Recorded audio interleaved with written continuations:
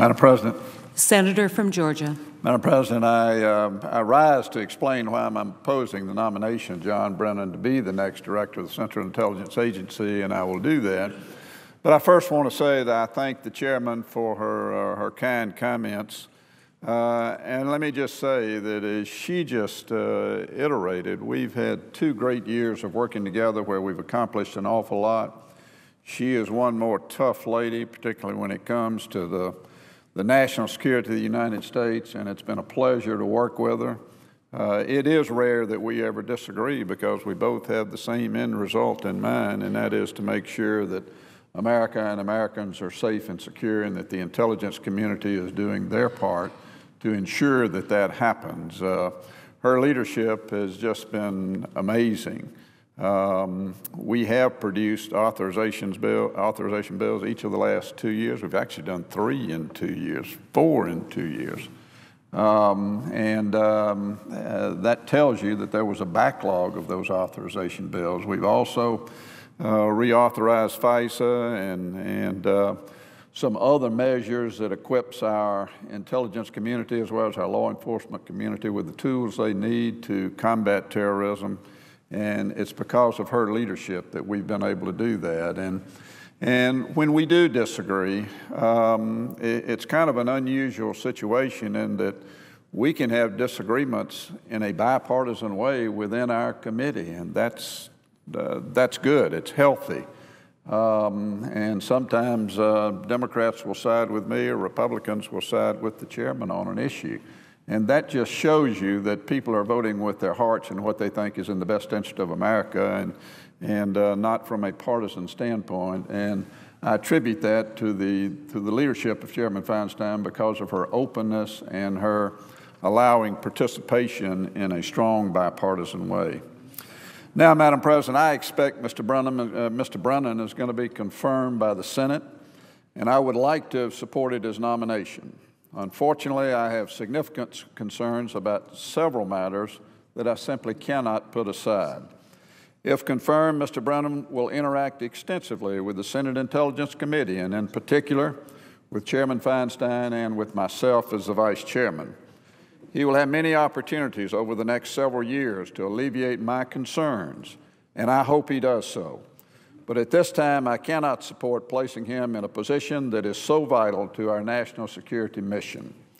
During the confirmation process, including during the open hearing, I, along with other members, asked Mr. Brennan questions about the leaks of classified information, issues involving congressional oversight, and interrogation and detention matters.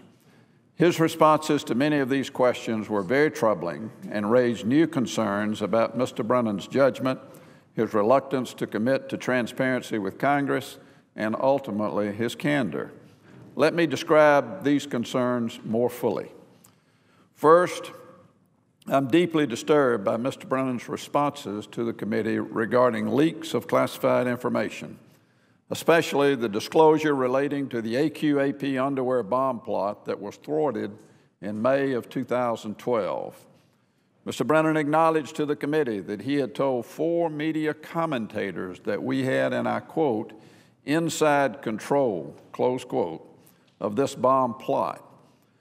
But he disputed assertions that this disclosure resulted in the outing of a source. It is undeniable that the day after his disclosure, there were dozens of stories in the media stating the plot was foiled by a double agent or undercover agent who posed as a willing suicide bomber. Mr. Brennan is poised to serve as the head of the nation's leading spy agency, where he will be privy to some of the most sensitive, if not all of the most sensitive and highly classified operations being conducted by the intelligence community. That he apparently thinks that he did nothing wrong in this disclosure is very troubling, to say the least. We all know there's a big problem with leaks of classified information. We constantly deal with it in the committee and seek to eliminate it. We cannot effectively hold accountable those responsible for such leaks if a senior government official appears to shrug off his own damaging disclosure. I hope Mr. Brennan will reconsider his position on this case and convey to those that he expects to lead, not just in words, but by his own example, the importance and necessity of maintaining the secrecy that he will be sworn to uphold. Second, Mr. Brennan appears to be one of the architects of the administration's current detention policy, or better stated, lack thereof.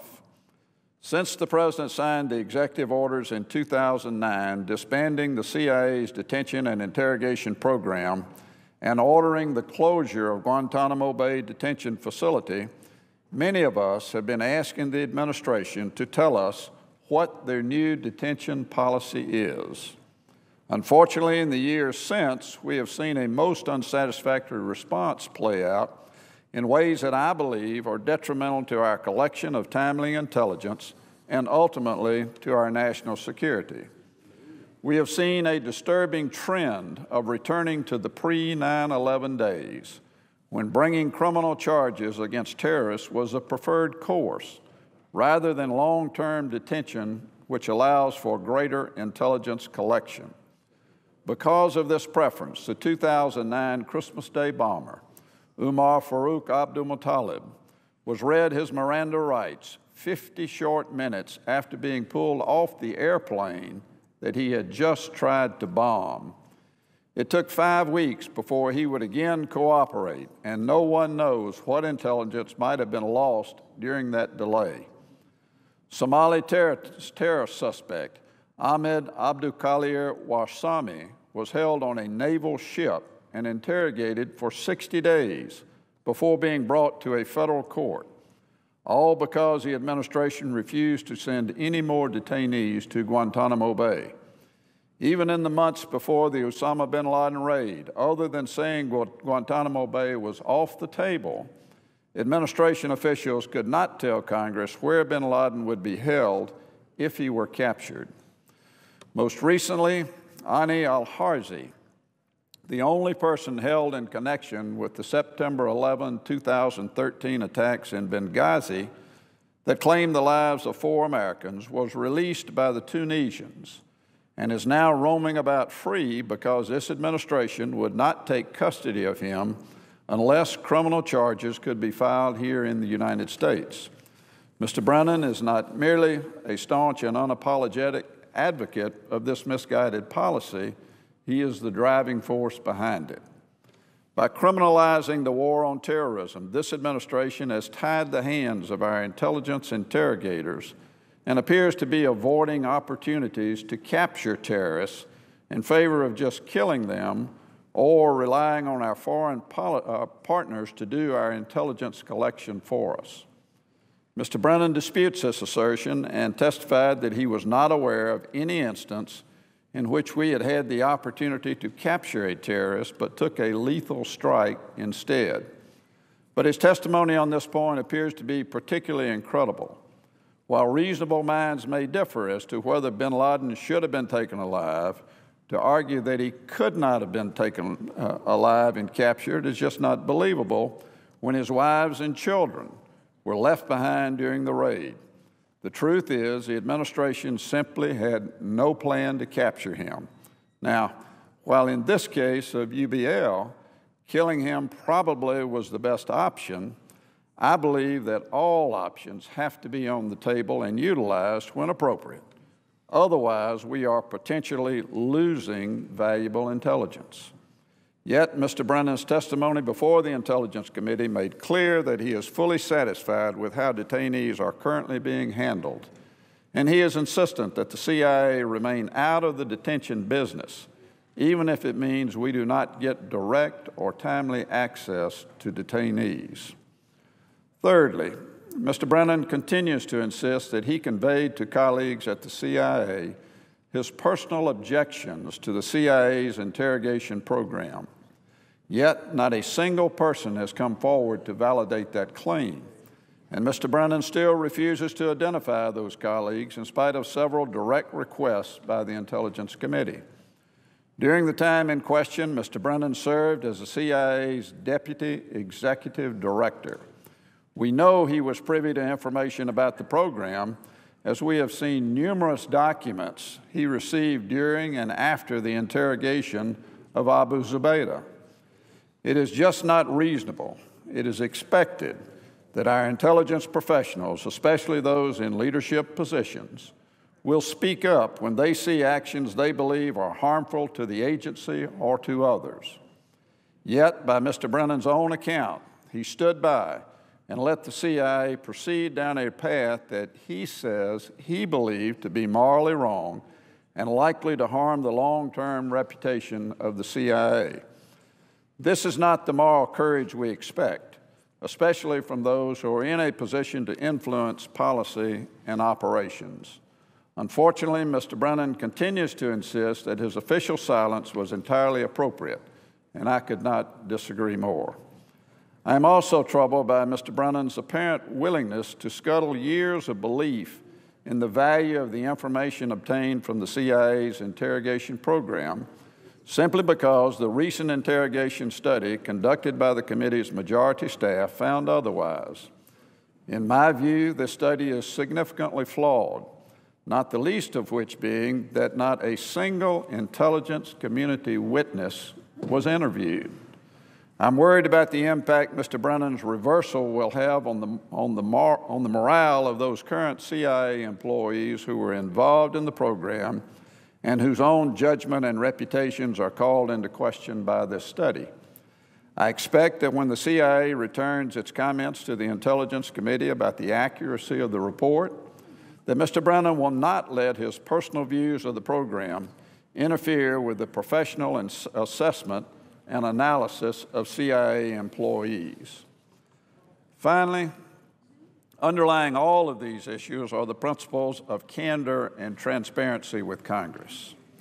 Our nation was founded with three co-equal branches of government, each one providing checks and balances over the other in a manner specified in the Constitution. Federal law also imposes explicit obligations on the intelligence community, such as keeping Congress fully and currently informed of significant intelligence activities. Ordinarily, during confirmation hearings, nominees unequivocally pledge their cooperation to Congress. Yet, during his confirmation process, Mr. Brennan refused to give affirmative answers when asked to commit to such cooperation. For example, he pledged to only give, quote, full consideration to any request that the committee be provided with raw intelligence, even though the committee has been given such intelligence in the past. When asked about the inexcusable problems the committee has faced in trying to obtain documents about the Benghazi attacks, Mr. Brennan promised only to try to reach an accommodation with the committee if a similar situation should ever arise again. This is hardly encouraging. Some may say that Mr. Brennan was simply being honest and not over-promising. I might agree, but for the fact that this pattern of obstruction and lack of cooperation is becoming all too familiar to the committee, and Mr. Brennan has been involved in many of the decisions to withhold information from Congress. For example, when the National Counterterrorism Center was created, Congress gave it specific responsibility to serve as the primary organization for strategic operational planning for counterterrorism. For too long, the committee has been refused full access to the resulting counterterrorism strategies, a decision for which Mr. Brennan is directly responsible. Rather than give us the strategies, the administration has proposed an accommodation to simply brief the committee. But as of today, we still have not been briefed, even though we are asked to fund the strategies as well as their implementation. There are other examples, including the absurd restrictions that were recently placed by the White House on the review of the OLC opinions regarding lethal strikes on U.S. citizens. It's incomprehensible that Congress is being denied unfettered insight into matters concerning the intentional killing of U.S. citizens. During the confirmation process, Mr. Brennan called on the Intelligence Committee to be the protector and defender of the CIA. That's not really an accurate description of the committee's role. Given the classified nature of intelligence activities, the committee serves as the eyes and ears of the American people, and our responsibility lies first and foremost to them. That is not to say that we will not defend the CIA or the rest of the intelligence community against unjust attacks. We will. But the committee's primary role is to conduct oversight, and we cannot do that effectively without full cooperation from the intelligence community as well as the administration. I hope and expect that Mr. Brennan will now give us that cooperation rather than just what he views as an accommodation. The director of the CIA has extensive and direct interactions with members of Congress, especially those of us on the Intelligence Committee. During sensitive operations or times of crisis, the director is often one of the first to communicate with members.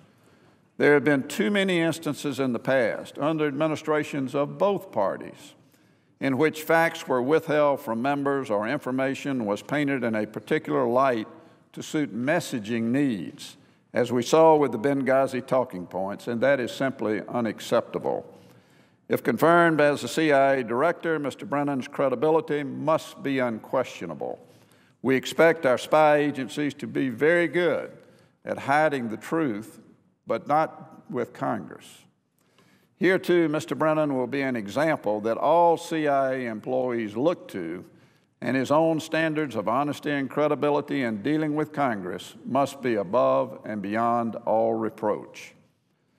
In conclusion, let me say that I have great confidence in the men and women at the CIA. Each and every day, they give this nation their best, and for that, we are most grateful. They are the most professional, best educated, best operational intelligence agency in the world. They are unbelievable men and women. My vote today is not a message to them, nor is it an indication of the faith I have in the CIA. My vote is not personal towards Mr. Brennan. Rather, it simply reflects my belief that the unauthorized disclosure of classified information is wrong, regardless of whether you're on the front lines or you're an advisor to the president. My vote also reflects my belief, especially at this time in our history, that the director of the CIA should not support detention interrogation policies that are returning us to the pre-9/11 days of elevating criminal charges over intelligence collection. In my view, Mr. Brennan is on the wrong side of both of these issues. I also believe that Congress must be an equal branch of the government, and this growing trend of refusing to cooperate with Congress must end. The future and security of our country depends on all of us working together. To do that well, there must be transparency and honesty. If confirmed as a CIA director, Mr. Brennan has a tough job ahead of him. If he abides by these principles, he will find that his job will be much easier, as he will have earned the support and the trust of Congress, and the country will be better off for it. Assuming confirmation of Mr. Brennan, he will have my full cooperation and support. And I expect nothing less from Mr. Brennan, and I hope that all of my concerns will be put to rest. With that, Madam President, I would yield the floor